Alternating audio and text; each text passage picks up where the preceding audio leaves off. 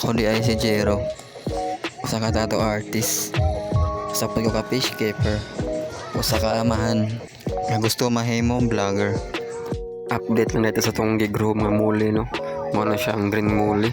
Sa inyo nakita diha, duha na sila kabuok diha. Nakagisagol na niya usa nga ako pod i-groom. May apod ay ko i-share ninyo no nga ipakaon ako nila, no? Ramhorn snail man ni. Gusto kayo ni managhan sa mga tabog sa mga tank. Ato nang itawag sulbad ani niya para iban-ibanan ni sila. Ako rin siyang gidugmok. Ako rin siyang gidugmok para ipakaon na nila. Imo gid na silang pinuhon nga kanang muhumog ang ilang shell. Pero sa akong nakita nila, ilang mang ilawa ang shell, ang unod ra ang ilang kanon. Diha isapit ako mo man dugmok na, no. Ako ra na siyang gi-circle para andam na na ila ipakaon na ko nila. Makita niyo diha nga ako na silang gilawagan.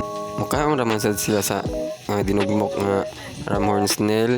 Ilawa ra pud nila ang ilang shell. Ilan ang mukbang ang tanawan niyo diha.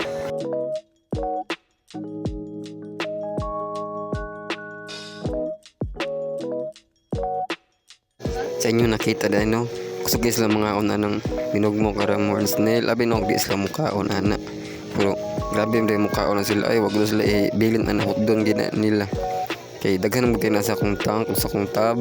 Ang problema ko kay pwede na gid nilang daghana. Gusto kayo managhan. Mato akong gitistingan og dugmok na ipakaon nila. First time sa nilang kaon. Tanawan nyo diha ang mga fry sa kung muli. Gusto ba kayo mga ilan na lang gimukbang diha. Nga sa akong nabantayan sa kadraba na ipakaon nila ako siya og kanang dinugmok ka ramhorn snail kay ni hayag maayo yung color niya. Medyo ni paspas pa ng iyang tubo. By the way, wala ko moingon dahil nga sundog mo na akong i-share ninyo kay sa ko ara maning na nabantayan sa akong mga isda nga mga sila ramhorn snail.